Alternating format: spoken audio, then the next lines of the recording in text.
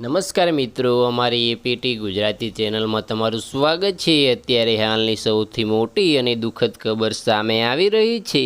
સુરત શહેરમાં વધુ એક આગ લાગવાની ઘટના સામે આવી છે, જેમાં શહેરના અઠવા લાઇન્સ વિસ્તારમાં આવેલ મિશન હોસ્પિટલમાં ભીષણ આગ લાગી છે। તો આની વિગતવાર વાત કરવામાં આવે તો આગની ઘટના બાદ હોસ્પિટલમાં ભારે અફરાતફરીનો માહોલ સર્જાયો છે। તો તમને જણાવી દઈએ મિત્રો કે આગના પગલે ફાયર વિભાગની 15 જેટલી ટીમ ઘટના સ્થળે પહોંચી છે। તો તમને જણાવી દઈએ મિત્રો કે 20થી વધુ દર્દીઓને બહાર કાઢવામાં આવ્યા હતા। તો આની વિગતવાર વાત કરવામાં આવે તો રેસ્ક્યુ કરાયેલા દર્દીઓને અન્ય હોસ્પિટલમાં સારવાર અર્થે ખસેડવામાં આવ્યા। તો તમને જણાવી દઈએ મિત્રો કે શોર્ટ સર્કિટના કારણે આગ લાગી હોવાનું પ્રાથમિક તારણ છે।